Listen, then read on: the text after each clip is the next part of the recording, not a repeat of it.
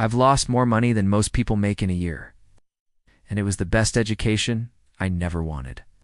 We're all drawn to the promise of the market, the idea that with enough skill, enough guts, you can build a better future. I paid it in full, and today I'm going to share the receipt. This isn't a story about getting rich quick. It's about getting smart the hard way. These are the mistakes that almost broke me, and the lessons that ultimately rebuilt me, stronger than before. Let's get into it. It all started with a bit of success. You know the feeling? You check your account, you see green, and suddenly you feel like a genius. I started my journey like many of you, reading books, watching videos, trying to piece together a strategy, and for a while, it worked. My initial wins weren't just luck. They were based on solid research. I felt like I had cracked the code. The confidence was intoxicating. I'd be at a coffee shop, buried in charts, feeling like I was one step ahead of Wall Street. I'd call my friends, buzzing with excitement about a new position. But success is a terrible teacher. It whispers in your ear that you can't lose, that you're different, that the rules don't apply to you. It sets you up for the fall, and mine was coming faster than I could have ever imagined. My first major blunder was chasing the hype train. We've all seen it. A stock, a coin, something suddenly explodes on social media. Everyone is posting rocket emojis and talking about their tendies. The fear of missing out, or FOMO, is a powerful, primal emotion. For me, it was a tech stock that was getting all the buzz. Every analyst was screaming buy, and my feed was flooded with success stories. My own research told me it was overvalued, that the fundamentals weren't there, but the noise was deafening. I thought, just a small position, what's the harm? I threw in $10,000 at its peak. Within 2 weeks, a bad earnings report came out. The stock plummeted 40%. It's just like that. $4,000 vanished. It was a painful, immediate lesson. FOMO is not a strategy. It's chasing what's popular is like arriving at a party when the music is already stopping. The real opportunities are found in the quiet, before the crowd arrives. My next mistake was even more foolish because it was a direct violation of my own principles. One of the first things I did when I started investing was write down a set of rules. Simple things.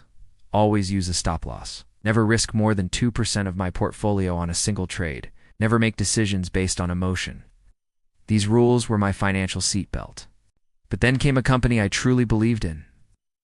I had done deep research on their product. I loved their mission, and I was convinced they were going to change the world.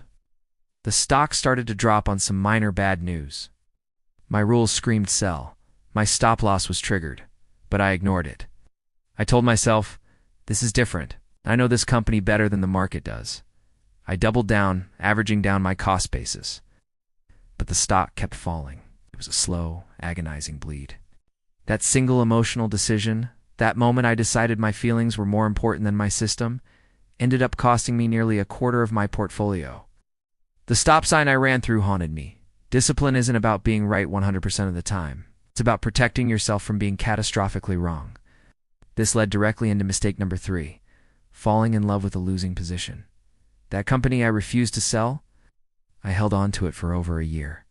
Every morning I'd wake up and check the stock, hoping for a miracle. I was a victim of the sunk cost fallacy, the idea that because I had already invested so much time, emotion, and money, I couldn't possibly sell now. It felt like admitting defeat. I would spend hours looking for any piece of good news, any small sign of a turnaround, falling into a confirmation bias trap. But hope is not an investment thesis. While my capital was tied up in this sinking ship, the rest of the market was moving.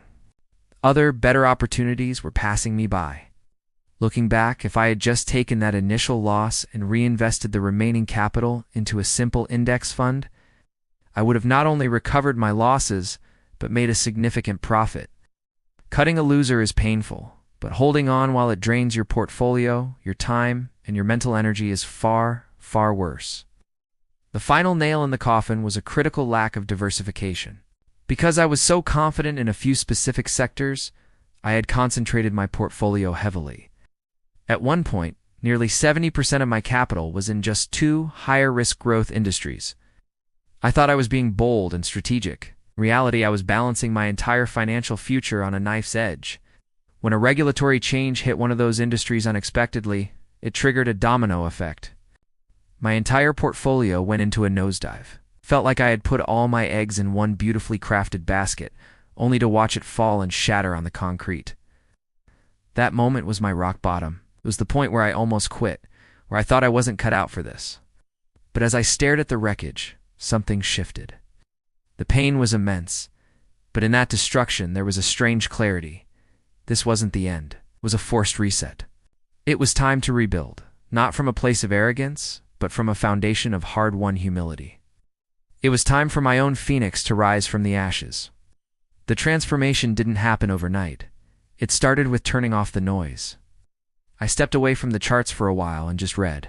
I went back to the fundamentals, not with the goal of finding the next hot stock, but with the goal of building a resilient, unbreakable system. The pain of my mistakes became the blueprint for my new philosophy. Chasing hype taught me to value fundamentals.